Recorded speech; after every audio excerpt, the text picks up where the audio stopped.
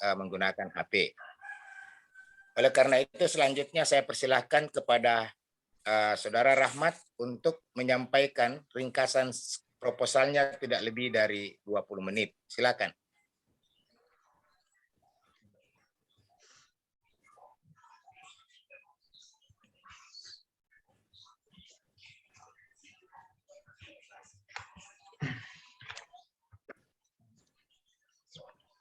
Bismillahirrahmanirrahim. Assalamualaikum warahmatullahi wabarakatuh. Terima kasih kepada tim penguji, yaitu Ketua Pak Dr. Yunus Tading SMSI, Pak Sekretaris Ahmad Syatir, SE ME, kemudian Pak Muhtar Lutfi sebagai Ketua penguji, yaitu Dr.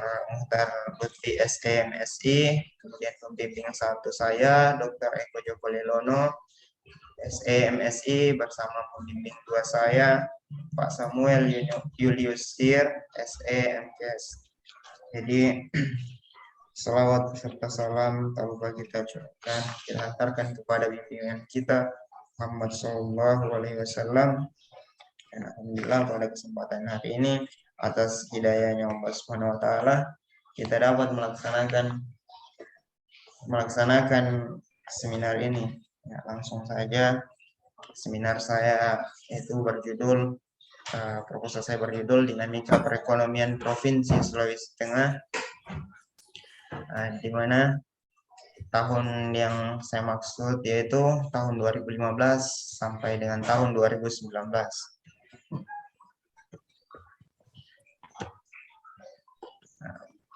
Sebuah latar belakang yang menjadi patokan saya mengambil studi untuk mengapa menjadi tema proposal hari ini, yaitu di mana Provinsi Sulawesi Tengah itu memiliki luas yang mencapai 61.578 km dengan subwilayahnya yaitu terdiri dari 12 kabupaten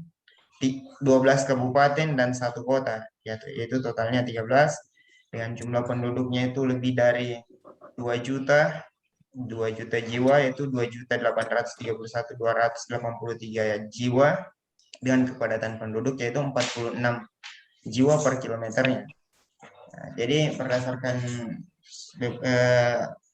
data BPS atau Badan Pusat Statistik Sulawesi Tengah tahun 2019 juga memaparkan bahwa di mana PDRB tahun 2015 yaitu ada nominalnya mencapai 82 triliun sekian, dan di tahun 2019 yaitu 111 triliun sekian. Ini nominalnya, maaf saya tidak sebutkan secara lengkap. Nah, di mana dari hal tersebut, dari data yang sebelumnya saya sebutkan, kita dapat ketahui bahwa selisih nominal pertumbuhannya itu di tahun 2016 mencapai 8 triliun 267.352, dan di tahun 2019 mencapai 7 triliun 409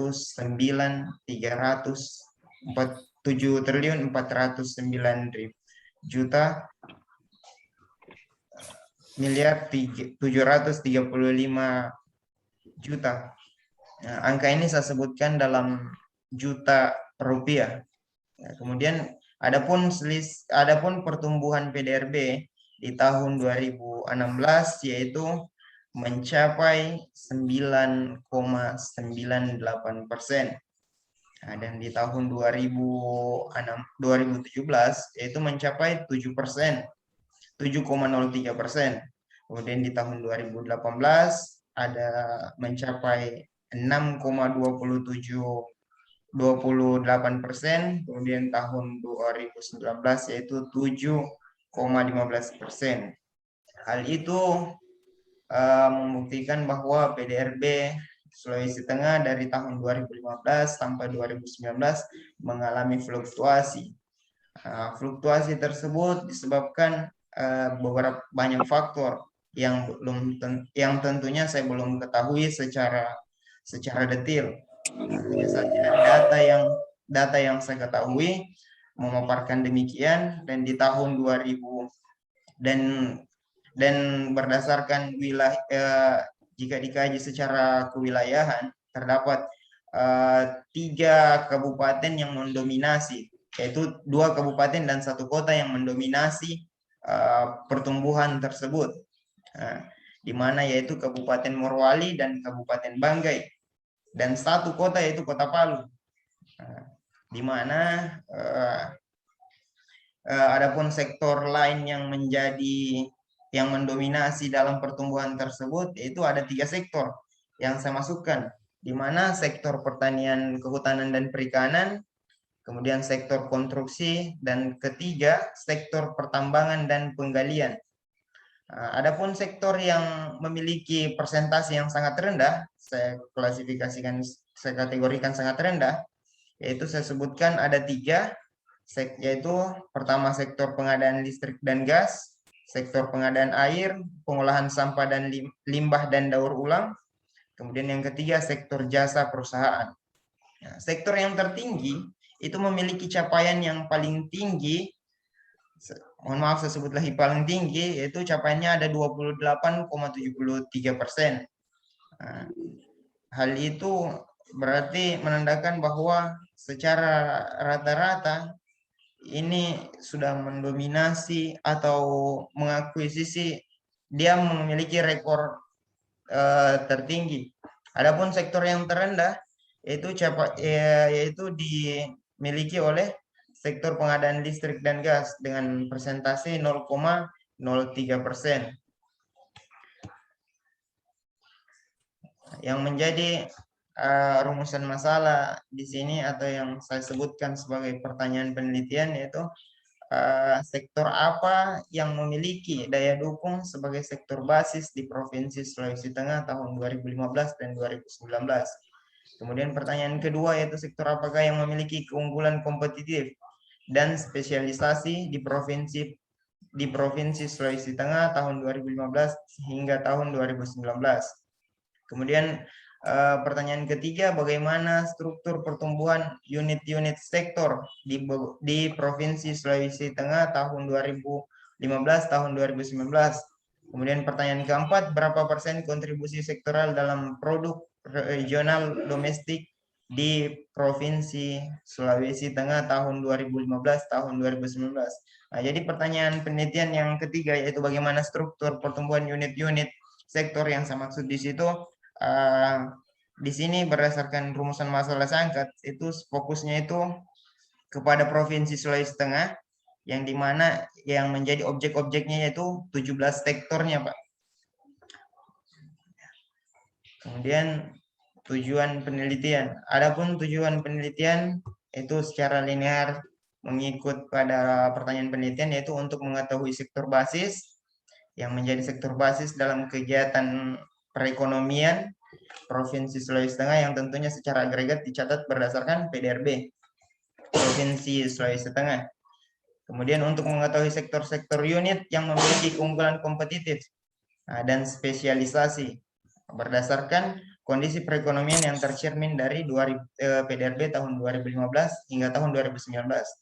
Kemudian untuk mengetahui struktur pertumbuhan unit-unit sektor melalui indikator kriteria pertumbuhan yang dimiliki wilayah Provinsi Sulawesi Tengah berdasarkan PDRB Provinsi Sulawesi Tengah tahun 2015 hingga tahun 2019. Kemudian untuk mengetahui kemampuan unit-unit sektor yang berkontribusi dalam PDRB Provinsi Sulawesi Tengah tahun 2015 hingga tahun 2019. Adapun yang menjadi referensi saya itu berdasarkan penelitian terdahulu, yaitu ada 5 peneliti dengan judul yang berbeda, tapi tentunya memiliki kaitan yang sama dengan tema saya, yaitu Ibu Ainun, atau saya sebutkan namanya Nadiatul Huda Mangun pada tahun 2007, kemudian Dio Kaisar Dharma 2017, kemudian Muhammad Rozi Adayatama tahun 2018, kemudian ada Jalil Firmansyah bersama Lutfi Muta'ali tahun 2019. Kemudian ada Firasuri tahun 2020. Nah, Ibu Nadiatul Huda Mangun atau Ibu Inun yaitu menganalisis potensi ekonomi kabupaten dan kota di Provinsi Sulawesi Tengah. Itu berdasarkan tesisnya. Saya lihat langsung, saya mengutip beberapa di dalamnya, yaitu karyanya ini dimuat dalam tesisnya.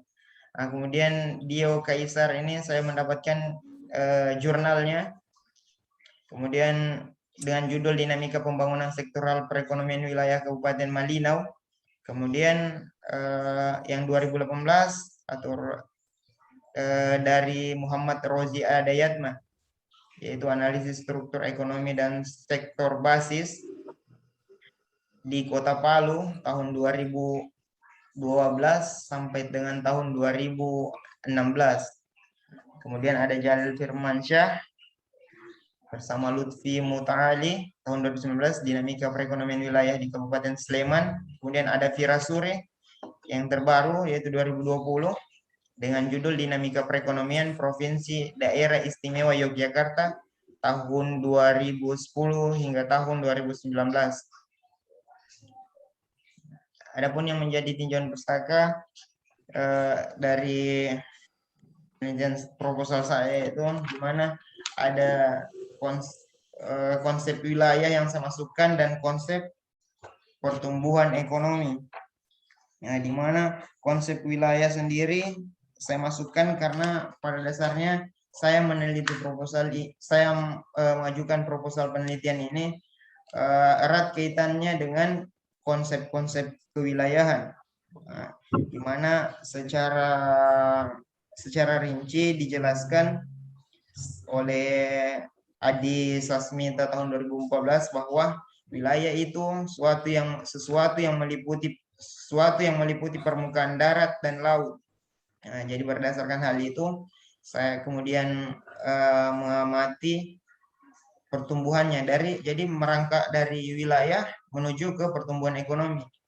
Nah, di pertumbuhan ekonomi kita melihat yang seperti saya sebutkan tadi bahwa kita akan fokus pada 17 sektornya.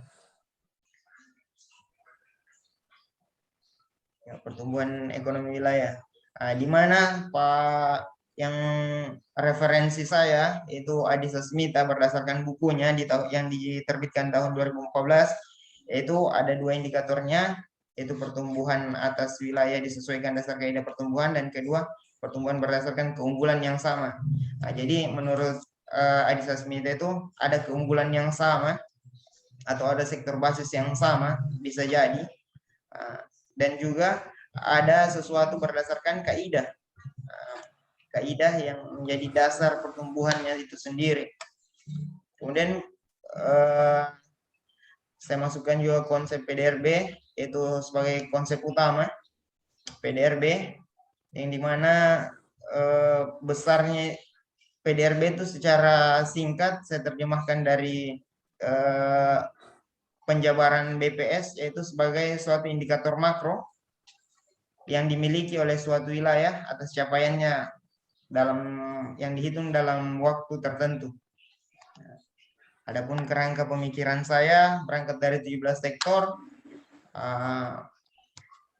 turun ke potensi, kemampuan, keunggulan, dan kondisi, di mana kemampuan potensi ini dilihat potensi dan kemampuan dan keunggulan dan kondisi ini akan dideteksi nanti kemudian melalui alat-alat analisis yang saya gunakan.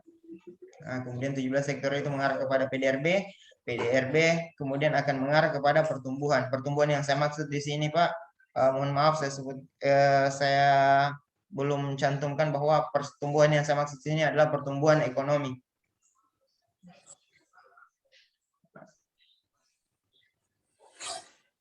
Nah, jadi jenis penelitian yang saya gunakan itu berdasarkan jenis kuantitatif yang bersifat deskriptif. Nah, adapun lokasi penelitian saya yaitu terpusat secara include yaitu di Provinsi Sulawesi Tengah dengan jenis data yaitu data sekunder atau data yang disediakan oleh instansi-instansi terkait yang tentunya memiliki sifat keilmiahan. Kemudian metode pengumpulan data. Metode pengumpulan yang saya gunakan yaitu insya Allah saya akan menggunakan metode online karena berhubung hampir semua sekarang itu informasi bisa diakses dan tentunya juga ada kemungkinan saya menggunakan cara pengumpulan datanya dengan offline karena kemungkinan ada yang tidak bisa dijangkau dengan cara online. Nah, jadi saya menggunakan analisis location cache itu untuk mendeteksi potensi. Kemudian saya menggunakan shift share sebagai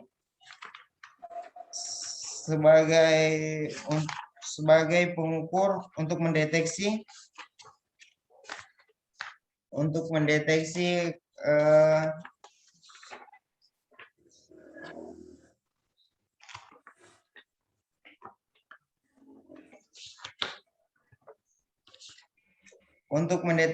kemampuan yang dimiliki dari 17 sektor. Kemudian saya menggunakan model rasio pertumbuhan atau yang disingkat MRP. Kemudian saya menggunakan analisis kontribusi sektoral yang dimana itu untuk mendeteksi kondisi atas yang saya maksud kondisi di sini adalah kondisi atau kemampuan kontribusi terhadap PDRB dari 17 sektor tersebut.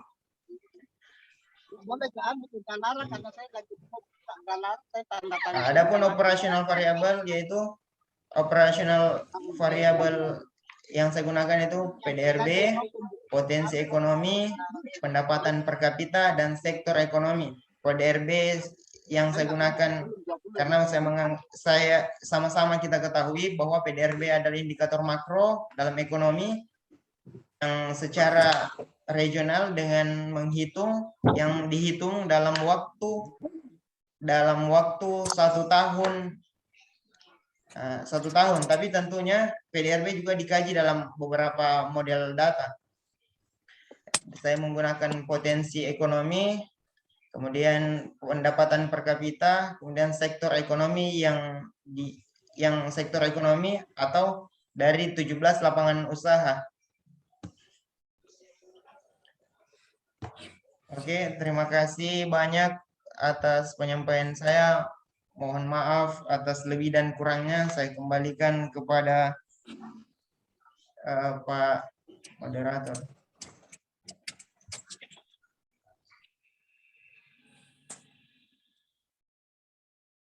Ya, baik.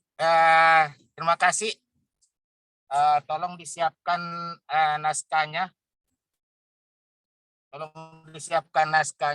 Dan alat tulis supaya kalau nanti penguji mengkonfirmasi ke naskah bisa langsung dilihat ya.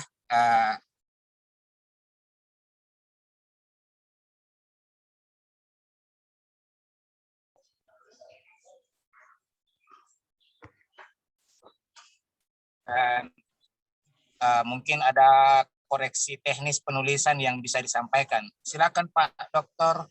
Mukhtar Lutfi. Ya, terima kasih Pak Ketua, Pak Terpelajar Pak Dr. Yunus Sading, Pak Samuel Yunusir selaku pembimbing, dan Pak Ahmad Syatir selaku sekretaris. Saudara Rahmat, saya mungkin ada beberapa hal yang ingin saya konfirmasi dari usulan penelitian Anda ini. Ini kalau lihat dia punya judul ini kan menarik ini ya. Pakai dinamika perekonomian provinsi Sulawesi. Apa sebenarnya yang Anda maksud dengan dinamika ini?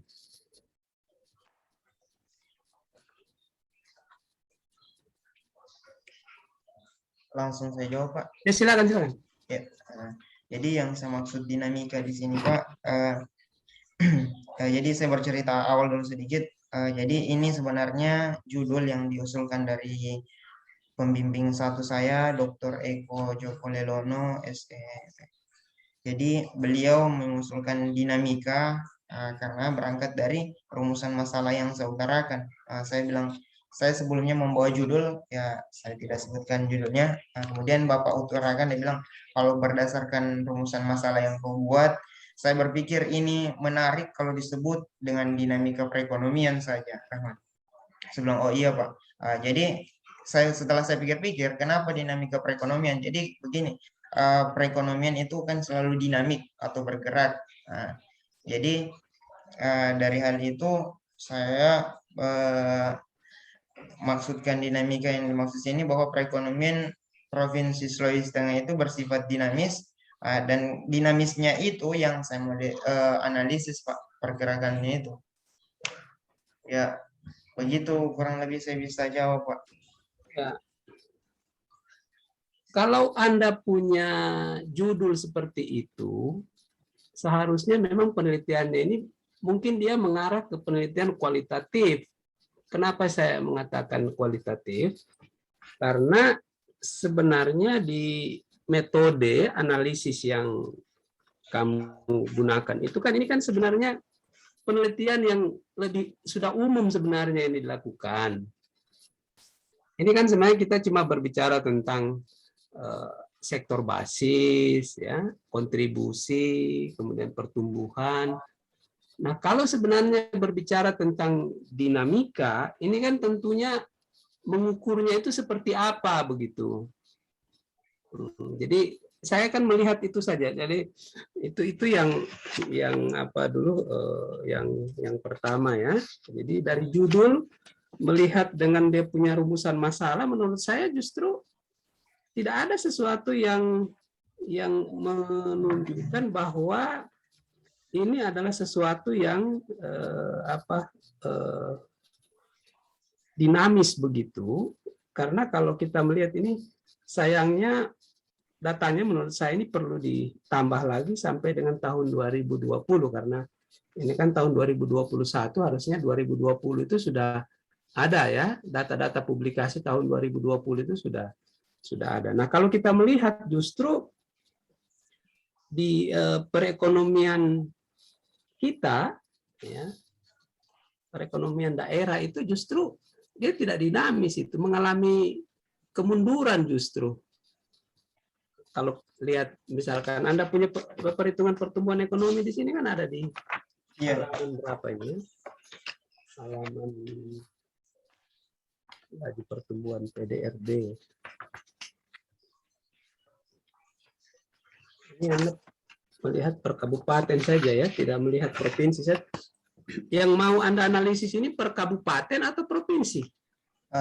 Ya Pak, jadi saya yang semua analisis itu Pak, sebenarnya per provinsi Pak. Cuma kalau Bapak melihat pada bab 1 saya atau data yang saya sajikan, sekilas Bapak berpikir, mungkin bahkan berpikir bahwa saya akan menganalisis ke kabupaten atau kotanya. Tapi insya Allah saya sudah rencanakan bahwa saya akan menganalisis berdasarkan provinsinya Pak.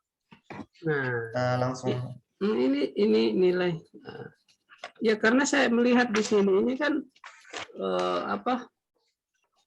Anda punya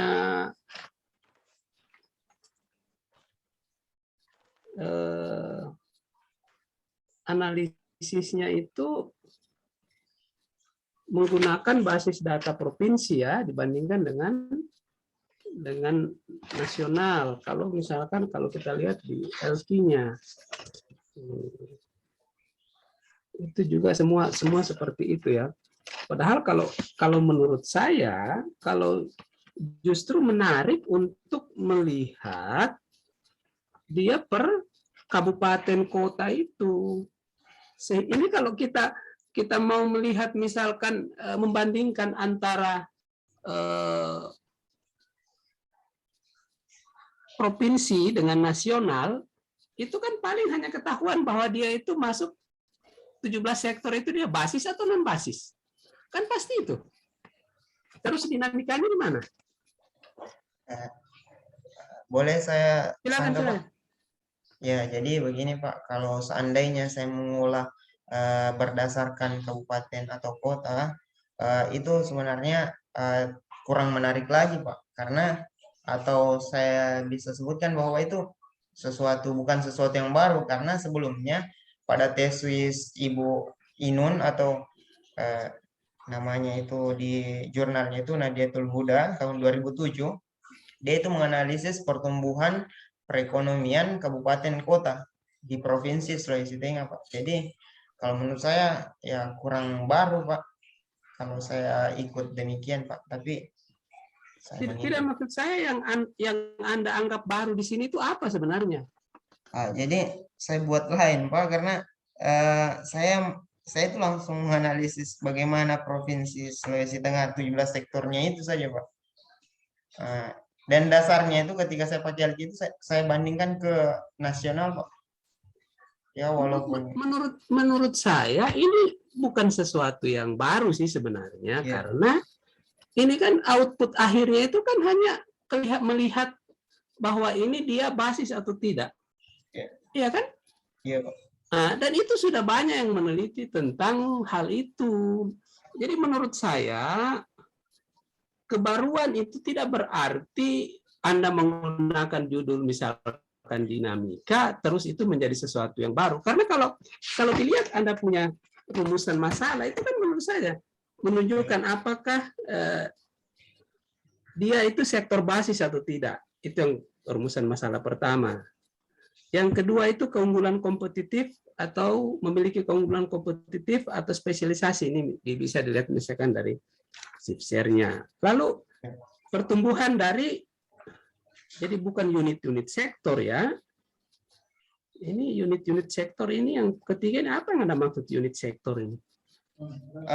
Sama sebenarnya itu Pak, 17 sektornya itu Pak. Ya, jangan pakai unit ya, karena Oh itu iya, kan Pak. sektor ekonomi, jadi bukan pertumbuhan unit sektor. Unit Oh iya, itu Pak. beda dia ya, ini Iya, Pak. sektor. Nah, itu juga misalkan. Kemudian itu juga menurut saya sesuatu yang biasa saja, bukan sesuatu yang baru pertumbuhan.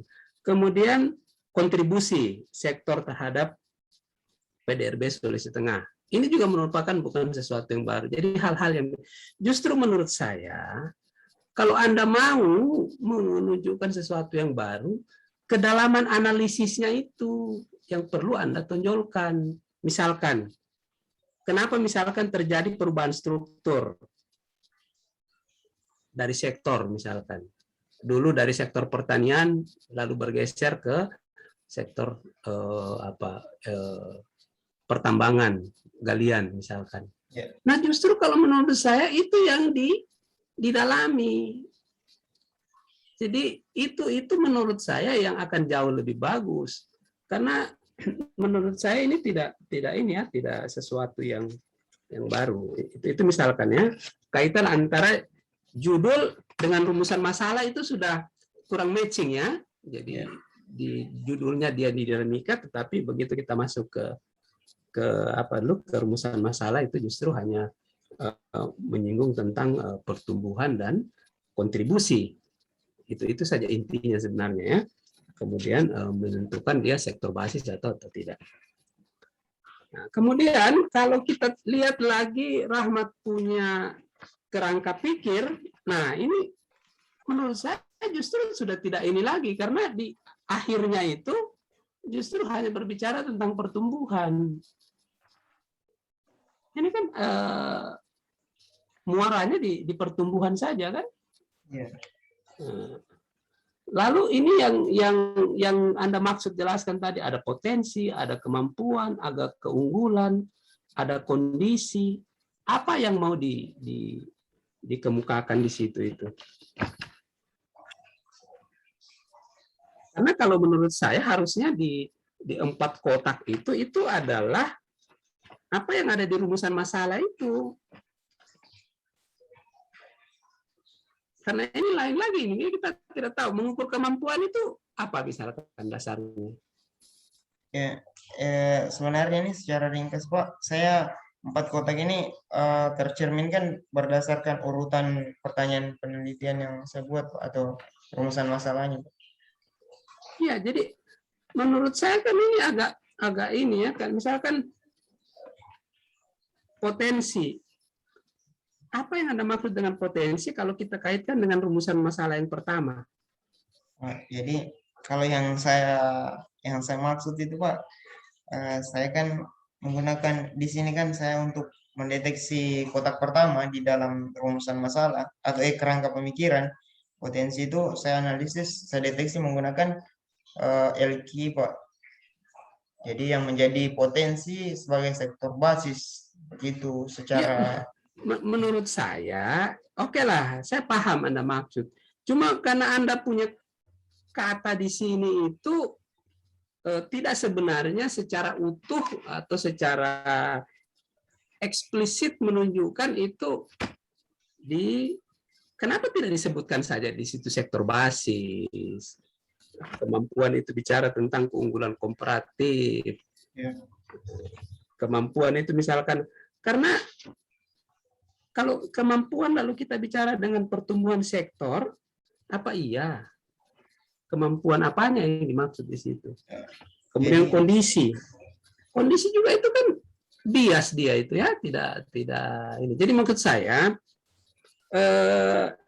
konsisten saja mulai dari judul, rumusan masalah, kemudian kerangka pikir dengan metode analisisnya, gitu kan? Jadi kalau saya itu saja yang diinikan, yang dibuat dia sedemikian rupa sehingga penelitian ini menjadi menurut saya bagus. Cuma saya bingung tadi membaca judul itu, dinamika itu. Jadi kenapa kalau misalkan kita menggunakan analisis perekonomian Sulawesi Tengah misalkan tahun 2015 sampai tahun 2020. Jadi kita bicara nanti di dalam apakah memang itu ada dinamika, itu dijelaskan di dalam kan. Tetapi kalau di dalam dia sudah mengemukakan itu dinamika, tetapi ternyata di rumusan masalah, kerangka pikir dan analisisnya itu ternyata menurut saya dia tidak menunjukkan sesuatu yang dinamis, begitu kan? Jadi tidak ada, dan analisisnya menurut saya kalau dinamika itu dia lebih ke kualitatif ya. Karena dinamika itu kan sesuatu yang abstrak begitu. Kita tahu bahwa ada perubahan. Lalu perubahan itu kenapa itu analisisnya itu kan bisa sangat kalau ini kan dia kita pagari, batasi dengan metode yang kita gunakan, alat analisisnya kan. Jadi kelihatan hasilnya itu seperti apa. Itu yang mungkin yang kemudian saya coba diteliti kembali. Kalau saya tidak keliru, jumlah penduduk Kabupaten Parigi Motong itu lebih besar dibanding Kota Palu. Tapi di sini kamu menyebutkan Kota Palu. Kota Palu lebih. Kalau boleh tahu Pak, tahun berapa Pak? Ya, saya cuma yang saya tahu ya, saya tidak tahu apa saya keliru atau tidak. Tetapi setahu saya itu jumlah penduduk Kabupaten Parigi Motong itu lebih besar dari jumlah penduduk Kota Palu. Makanya saya cari di sini, ada nggak di sini kamu punya data penduduk? Tidak ada ya? Ada dataku Pak. Tabelnya di mana? Saya ada di laptop yang satu Pak. Ada di laptop yang satu. Saya minta maaf Pak, saya tidak sempat. Saya tidak berpikir, tidak sempat. Ya kan Anda di sini bicara penduduk, tapi Anda tidak tampilkan. Tapi itu saya tidak tahu persisnya, karena jika saya tidak itu agak selisih, karena mungkin itu bisa dilihat dari apa ya? Kalau saya tidak keliru kemarin itu dari keterwakilan di Dewan Perwakilan Rakyat Daerah deh. Tapi coba dilihat. Saya tadi mau buka sebenarnya di sini penduduk, tapi belum sempat saya buka. Tapi itu tidak perlu di ini. Kalau misalkan saya keliru ya berarti Anda yang benar, berarti data Anda benar. Kalau Anda yang keliru berarti datanya disesuaikan dengan data statistik yang ada. Saya pikir tidak perlu diperdebatkan. Cuma yang saya ingat itu, apakah ingatan saya itu keliru atau tidak, itu jumlah penduduk Kabupaten Parigi Motong itu lebih besar dari jumlah penduduk Kota Oh Palu. iya Pak, saya sekedar meluruskan juga Pak. Jadi yang saya maksud tadi itu begini, kalau yang di data yang saya maksud tadi itu Pak, 3 kabupaten kota yang saya sebutkan Pak, itu cuma berdasarkan data tahun 2019 terakhir update Pak yang saya gunakan Pak. Ya, jadi paling tidak nanti ini di update datanya ke sampai dengan tahun 2020, publikasi 2021. Bahkan menurut saya karena ini baru proposal, kemungkinan besar nanti di proses penyelesaian itu bisa sampai data tahun 2021. Ini kan sudah mau akhir ini. Jadi saya pikir tidak apa-apa itu rentang waktunya itu ditambah supaya kelihatan apa dulu bagaimana, karena kita mau lihat juga pengaruh dari kita mengalami musibah 2018, kemudian kita kena COVID di tahun 2019, 2020 sampai dengan 2021 itu akan kelihatan sebenarnya itu pergerakan-pergerakan dari ini kan kalau sampai 2019 ini positif semua dia punya pertumbuhan ekonomi. Tapi kalau 2020 Anda bisa lihat itu negatif. Nah, ini kan sesuatu yang menarik kalau kita mau melihat. Justru menurut saya di situ akan kelihatan yang mungkin ya, yang Anda masuk dengan dinamika itu. Apakah misalkan pertumbuhan ekonomi nasional itu dia negatif, terus kita itu positif? Nah, ini yang menarik untuk diperdalam analisisnya. Saya pikir itu mungkin yang saya bisa sarankan untuk penyempurnaan Anda punya proposal ini ya. Saya kira Pak Ketua terima kasih. Saya juga ini mau mohon diri sekalian karena jam 10 ini saya ada di evaluasi penelitian saya di LPPM, dan jadwal evaluasinya itu jam 10. Jadi saya mohon pamit Pak Ketua, Pak Sam dan Pak Satir ya. Saya kira terima kasih banyak Pak. Ya, makasih Pak. Terima kasih hari ini. Ya. Oke, terima kasih. Saya kembalikan ke Pak Ketua, sekaligus saya mohon diri. Nanti saya berhubungan dengan Pak Satir ya. Ya, terima kasih. Baik. Terima kasih Pak Dr. Mukhtar Lutfi sudah selaku penguji utama sudah menyampaikan banyak hal sebetulnya dan menjadi substansi dari proposal ini, dari rencana saudara. Nanti saya juga sebentar berkontribusi. Kemudian selanjutnya mungkin adinda saya Ahmad Satir, silakan Pak Ahmad Satir. Nanti setelah itu nanti diambil alih karena pada jam pukul 10 ini nanti saya juga menguji di S2 di Pasca ya, tapi saya menyempatkan untuk bertanya dulu atau memberikan saran. Ya, silakan Pak Ahmad Satir. Baik, terima kasih Pak. Assalamualaikum warahmatullahi wabarakatuh. Yang kami hormati, kami muliakan Bapak Ketua Tim Penguji, kemudian Bapak Penguji Utama, Pembimbing 1 dan Pembimbing 2 yang kami hormati, dan terhormat yang kami banggakan, serta peserta seminar, adik-adik mahasiswa yang sempat menghadiri seminar ini. Menarik ya apa yang disampaikan oleh Bapak Penguji tadi. Saya memiliki pandangan yang mungkin kurang lebih sama terkait dengan linearitas dari judul hingga ke metode analisis. Nah, terkait dengan itu ya kalau dilihat memang lebih cenderung kepada analisis pertumbuhan. Nah, ini tinggal memilih nanti mau tetap di judul yang sama dengan mungkin konsekuensinya ada perubahan-perubahan konten analisis atau menyesuaikan di judul nanti. Tentunya tergantung dari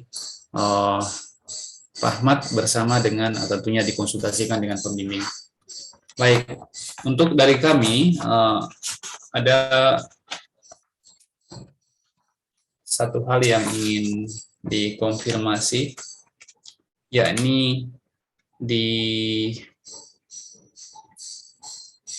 slide-nya tadi ada lokasi penelitian, ya, lokasi penelitian yakni dilaksanakan di Sulawesi Tengah. Biasanya itu ada di bab 3. Nah, apa alasannya kira-kira dari saudara Rahmat memilih lokasi penelitian ini atau objek yang diteliti perekonomian Sulawesi Tengah? Apa yang menjadi dorongannya untuk meneliti? Silakan. Ya, jadi saya itu berangkat dari sebuah fenomena di mana menurut saya menarik itu kalau misalnya karena saya tahu itu bahwa Provinsi Sulawesi Tengah itu memiliki beberapa sektor ekonomi yang cukup melonjak, Pak. Jadi itu yang menjadi alasan saya memilih Sulawesi Tengah. Jadi, sektor apa yang menonjol? jadi yang saya sebutkan tadi itu, saya sebutkan kembali, mohon maaf Pak, ada 3, seperti sektor pertanian, galian dan pertambangan, kemudian kemudian ada sektor konstruksi. Nah, jadi itu yang menjadi alasan saya, Pak. Jadi Menonjol dalam artian apa? Apanya yang menonjol? itu berdasarkan peningkatannya, Pak. Peningkatan Ya, apa? peningkatannya yang tercatat di dalam PDRB, Pak, peningkatannya atau berkontribusi. Peningkatan atau berkontribusi, bagaimana maksudnya? Ya, jadi dia itu kalau peningkatannya, Pak, peningkatannya itu sangat tinggi, Pak, karena saya lihat tadi itu, Pak, ada yang seperti data yang saya sajikan di dalam slide kedua, Pak. Nah, di mana itu pertumbuhannya itu yang 9% itu didominasi oleh sektor pertanian dan 3 tadi serangkai itu, Pak. Yang itu yang menonjol, Pak. Jadi karena saya bilang, oh ini menonjol di Sulawesi Tengah, apalagi itu seperti Ada berapa usaha. sektor? Tunggu. Ada berapa sektor di PDRB Sulawesi Tengah? PDRB itu, Pak, secara umum itu ada 17 sektor, Pak. 17. Kalau 3 dari 17 berapa persen itu? Nah, jadi yang saya sebutkan itu, Pak, saya cuma klasifikasikan bahwa ini yang tertinggi, Pak. Ya, Memang kan, betul, Pak. Kalau tinggi. ya, Ya, lanjut silakan. ya, jadi betul kita bilang, Pak, kalau misalnya berapa sektor. Maksudnya memang kecil, Pak, cuman kalau yang berdasarkan data yang saya dapat itu, dia itu cuma di tahun 2015 itu, Pak, dia itu ada 31%, Pak. Jadi itu kenapa saya angkat bahwa saya sebutkan bahwa apanya yang 31%? itu distribusinya, Pak, atau kontribusinya, Pak. 31% ya. Iya, Pak.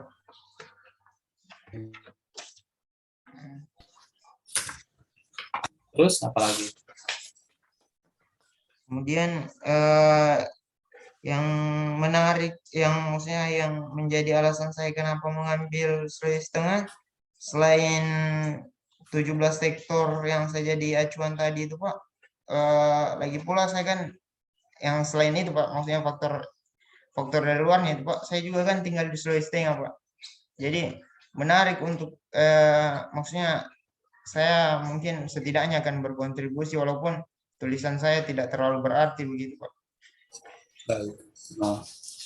Ada yang saya mungkin kurang sepaham atau hanya menyarankan dengan apa yang direncanakan untuk diteliti ini, karena di sini mengatasnamakan perekonomian Indonesia, perekonomian Sulawesi Tengah. Sementara perekonomian itu mencakup banyak hal. Ini kan baru dari sisi produksi yang dilihat, ya.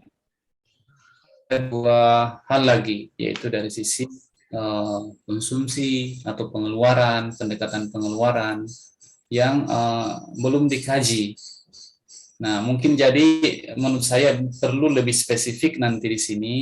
Ya, itulah mungkin seperti yang disampaikan oleh Bapak penguji utama tadi, bahwa ini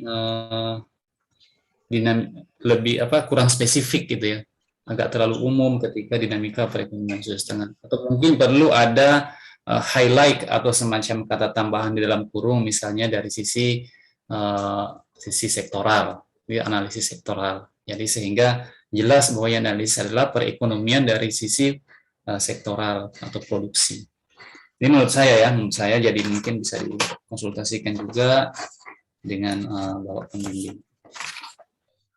Kemudian apalagi ya. Nah, coba dibuka di halaman 33. Halaman 33. Ya, sudah. Ya, di paragraf kalimat terakhir, paragraf pertama di tipe penelitian. Apa itu kalimat terakhirnya? Menggunakan pendekatan kuantitatif untuk menganalisis secara matematik dan ekonometrik yang berfungsi untuk menunjang interpretasi penelitian. Nah, apa maksudnya itu secara matematik dan ekonometrik? Ya, jadi yang saya maksud itu karena kan terkait perhitungan Pak. Nah, jadi yang matematik yang saya maksudnya cuma terkait penelitian. Kemudian saya lebih spesifikasikan yaitu ke ekonomi metrik. Yaitu karena menggunakan rumus-rumus yang digunakan oleh ahli-ahli atau orang yang memberikan teori berkontribusi dalam perekonomian, yaitu ekonom. Pernah ambil mata kuliah ekonometrik? Iya Pak, pernah Pak. Apa itu isinya, ahli-ahli atau apa materinya? Iya, itu kan semuanya sebenarnya rumus yang dibakukan oleh peneliti-peneliti terdahulu yang sudah dibakukan Pak. Ya, apa yang dibahas di ekonometrik, mata kuliah ekonometrik? Yang dibahas itu data Pak, angka. Bukan itu, isi mata kuliah ekonometrik itu yang dipelajari apa? Bukan yang dianalisis, semuanya yang dianalisis pasti data. Isi dari mata kuliah ekonometrik, karena Anda masukkan di sini analisis ekonometrik. Iya Pak. Isinya saya analisis ekonometriknya mana? Ya, jadi isinya itu perhitungan Pak. Matematika bukan perhitungan.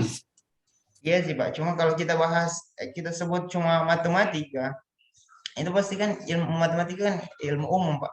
Jadi kalau saya sebut bahwa itu ekonometrik, berarti matematika keekonomian. Kalau menurut saya Pak, iya Pak.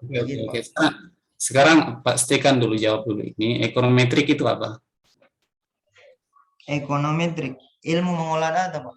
Jangan menurut Anda saja ya. Iya Pak, iya Pak. Siapa? Jadi ekonometrik itu cabang ilmu yang terkait pengolahan, terkait olah data dan interpretasi data Pak. Kurang lebih seperti itu Pak. Cukup. Oke, saya kira cukup sekian Pak dari saya. Karena saya tadi diarahkan untuk mengambil alih untuk berikutnya kepada mungkin apakah Bapak pembimbing 2 yang ada ya? Atau Pak Ketua bagaimana Pak? Mau di... Ya, saya sudah sampai di pasca ini, tapi mau cari tempat duduk dulu untuk menguji. Mau cari tempat duduk saya dulu untuk menguji ya. Kita beberapa menit, mungkin beberapa detik lah, tidak menit juga. Saya mau cari duluan. Bagus juga ini sekarang yang menguji online Pak. Ya, kira-kira 2 menit baru bisa menguji.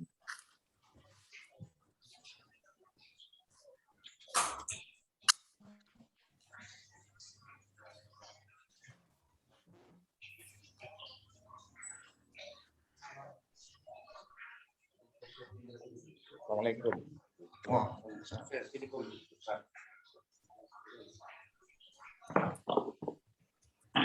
Ya, baik. Saya menguji dulu. S1 hampir sama ini. Baik, terima kasih Pak Sekretaris. Pertama, memang ketika menyebut di dalam judul dinamika, maka kita harus paham betul apa yang dimaksud dengan dinamika perekonomian. Kalau kita mengkomparasikan dengan tujuan yang ingin dicapai, ya tentu kita melihat pergerakan apa yang terjadi, apa fluktuasi yang terjadi dalam perekonomian Sulawesi Tengah. Saya tadi menarik sebetulnya apa yang disampaikan oleh Pak Dr. Lutfi sebagai penguji utama. Sebenarnya Saudara Rahmat ini bagus. Ini kan dia mau mencoba untuk melakukan satu perubahan yang yang selama ini kita pahami bahwa ketika kita menggunakan lokasi equation itu LQ itu, maka itu hal yang biasa, tapi bukan soalnya di situ. Sekarang saya mau tanya sama Rahmat. Ulangi kembali penjelasannya kepada Pak Dr. Lutfi. Yang saudara inginkan cari atau jawab dengan dinamika itu apa sebenarnya? Rahmat.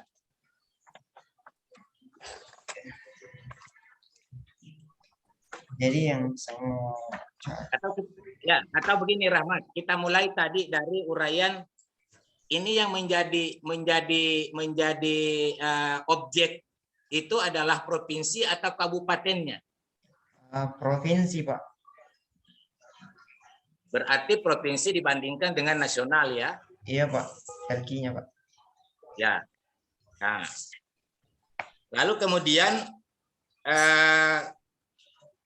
sektor basis yang digunakan ini pakai apa nanti alatnya ini yang nomor 1?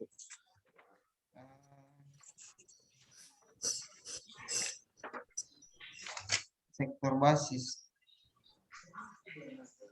Maksudnya Pak, mohon maaf Pak. Jadi kan di sini sektor apakah yang memiliki daya dukung sebagai sektor basis? Iya Pak. Ya. Nah, pakai apa dia nanti? Itu kan saya menggunakan analisis LQ Pak untuk jadi mengukur LQ-nya nanti itu yang saya ketahui kan LQ itu untuk mengukur tingkat spesialisasinya Pak. Nah jadi berdasarkan Oke. Sekarang pertanyaan lanjutannya, apakah LQ itu bisa hasilnya nanti mencerminkan dinamika atau mencerminkan statis? Kalau menurut saya, kalau menurut saya pribadi Pak, berdasarkan pengetahuan saya, pastinya akan mencerminkan dinamika. Karena ini kan datanya kan saya pilih berdasarkan tahun Pak. Berangkat dari tahun 2015 hingga tahun 2019. Tapi beliau Pak Dr. Pak Muhtar, beliau minta ke 2020 kalau dibilang bisa update data. Bisa, kalau 2 tahunnya bisa 2020 sudah terpublikasi. Iya Pak. Sekarang itu, jadi Anda mengukur LQ untuk menjawab dinamika. Sekarang LQ itu kalau kita ukur apanya yang dari PDRB yang kita ukur supaya dapat LQ? Jadi yang menjadi indikator yang jadi objeknya di dalam PDRB itu Pak ada yang 17 sektor itu Pak berdasarkan PDRB pendekatan produksi. Tahu saya. Apanya yang kita mau ukur dari 17 sektor itu untuk mendapatkan LQ yang Anda sebut ya, bukan saya sebut, yang Anda sebut sebagai menjawab dinamika. Outputnya Pak. Ya, outputnya. Sekarang kalau mau menghitung LQ itu apa dibagi dengan apa? Jadi kalau berdasarkan rumus saya pakai itu tentunya saya bandingkan dengan. Nggak usah kamu komentar terlalu jauh. Nggak usah. Ya. Begini, Rahmat, kau langsung saja. Misalnya LQ ini dibagi dengan ini. Tidak usah kau bawa saya untuk memikirkan yang mengaburkan justru. Nggak usah, langsung saja. Oh iya Pak. Jadi saya bandingkan dengan Indonesia. LQ apa dibagi dengan apa? Hah? saya cuma Iya, bandingkan. tahu saya provinsi dibanding dengan Indonesia, Iya. tapi apanya PDRB yang dibagi dengan apanya PDRB Indonesia yang dibagi supaya dapat LQ.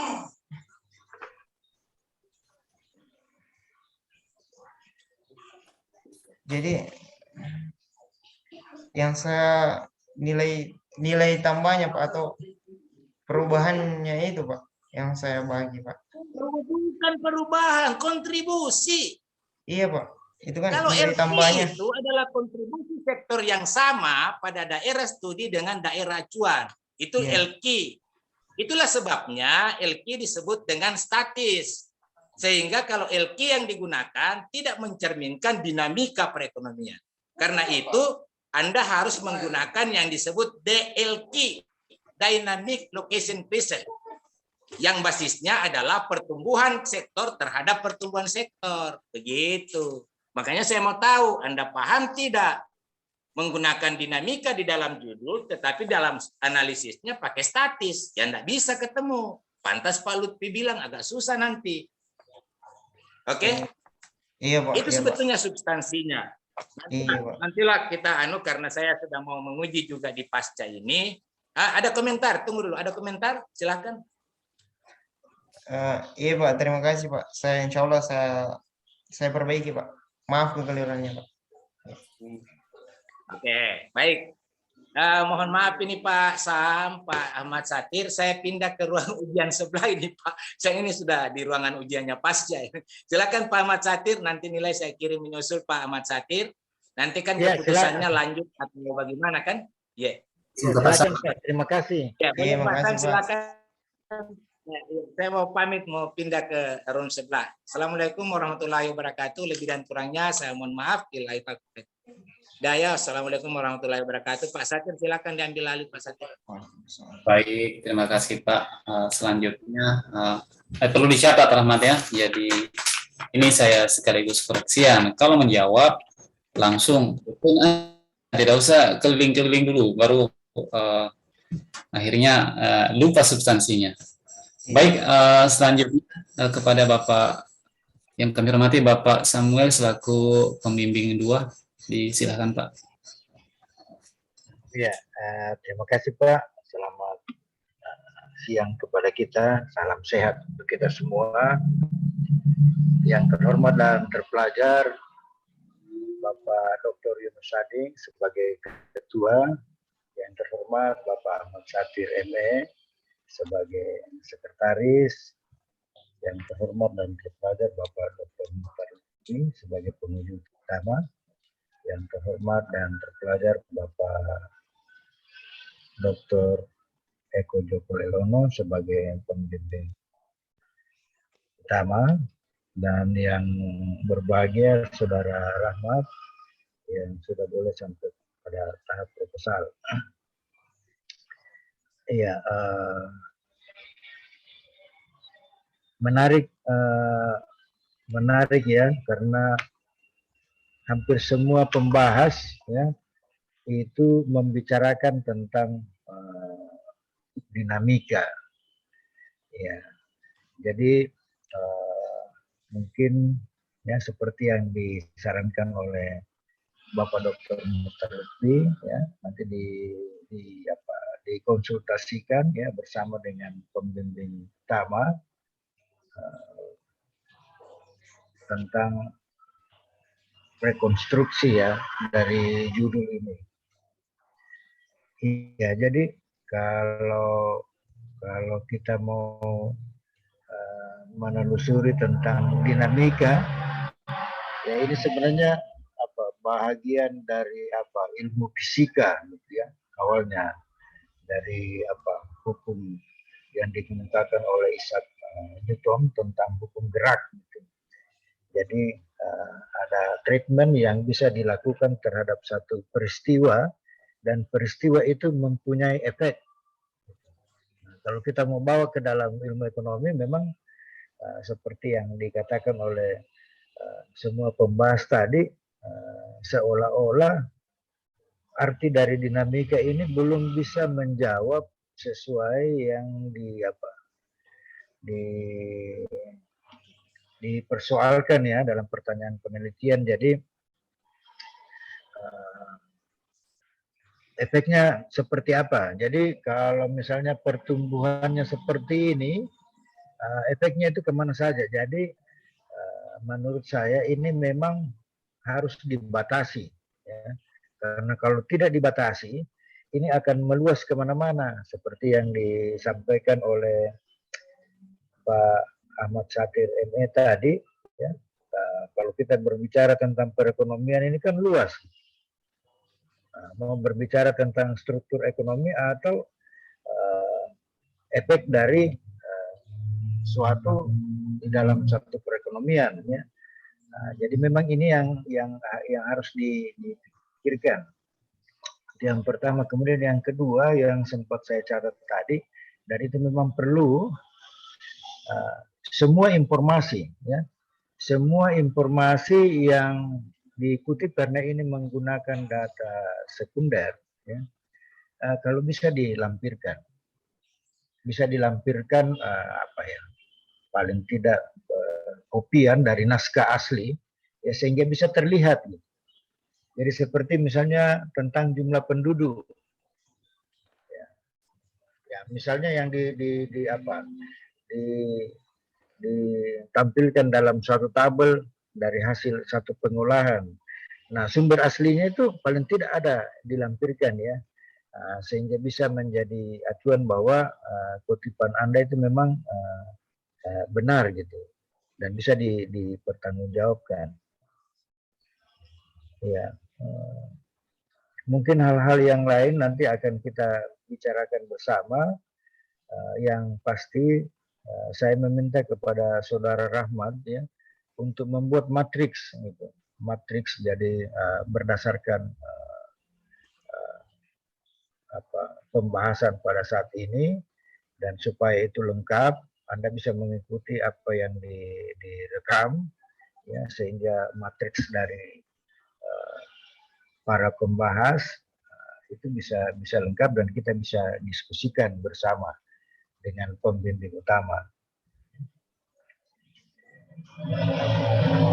Itu yang dapat saya sampaikan pada saat ini. Terima kasih kesempatan yang diberikan kepada saya. Terima kasih kami ucapkan kepada semua pembahas yang telah memberikan masukan untuk penyempurnaan proposal dari Saudara Rahmat. Terima kasih. Saya kembalikan kepada Bapak Ahmad Satir sebagai sekretaris dalam ujian proposal kali ini. Terima kasih, Pak. Baik, terima kasih banyak kepada Bapak pembimbing Bapak Samuel Yulitsir Enkes selaku pembimbing 2. Kemudian untuk pembimbing 1 ini ada karena beliau berhalangan hadir sehingga tidak sempat mengikuti pembahasan pada kesempatan kali ini. Dan nilai dari tim penguji kami masih menunggu dari Bapak Ketua Tim Penguji. Tetapi kalau melihat nilai yang sudah masuk, pada dasarnya rencana penelitian ini dapat dilanjutkan. Ya. Kemudian Rahmat, tentunya seluruh saran ataupun pertanyaan yang mungkin disampaikan oleh tim penguji perlu dicatat, kemudian menjadi perhatian bagi Rahmat, terutama yang mengenai persoalan perbaikan, soal narasi-narasi ataupun referensi yang diminta tadi, misalnya adanya sumber data yang original, ya, maksudnya tadi lampiran-lampiran dan sebagainya. Ya, saya kira untuk sementara itu saja dari kami. Rahmat, ada yang perlu dikonfirmasi atau ditanyakan kembali? Ya Pak, saya cuma meminta mudah-mudahan Bapak sebagai tim penguji semuanya bisa memberikan saya kesempatan ketika kapan saya bertanya, Pak, di waktu luar dari ini, Pak. Oh, maksudnya ketika mungkin pada saat tanda tangan mau memperjelas sesuatu gitu ya? Iya, Pak. Ya, karena juga ada halangan kalau memperjelas sekarang karena misalnya Bapak Ketua ataupun Bapak Penguji tidak ada di Zoom sekarang ini. Jadi nanti kalau ada hal yang terkait dengan mereka bisa ditanyakan nanti. Baik, tidak ada lagi Rahmat? Saya juga mau menginformasikan tadi Pak Eko, Pak, dia bilang Pak Eko dia bilang tadi buka saja, saya mengikut saja. Kalaupun sempat saya bilang saya ikut ketika berjalan sudah seminarnya. Beliau masuk, Ya, beliau masuk tadi sebentar, Pak. Iya. masuk kemudian mengirim pesan dan keluar, gitu ya, karena Iya, ada iya, begitu saya, Pak. komunikasi dengan beliau terkait dengan apakah ada nilai dari beliau atau bagaimana. Ya. Baik, Pak Sam, Pak Ketua, saya kira cukup sekian kegiatan seminar pada pagi menjelang siang hari ini dengan ucapan alhamdulillahirrahmanirrahim. Sekian, assalamualaikum warahmatullahi wabarakatuh. Waalaikumsalam. Terima kasih Pak Satir, terima kasih Pak Yunus, Pak Siap. Mukhtar. Ya, terima kasih banyak Ahmad. semuanya, Pak. Ya.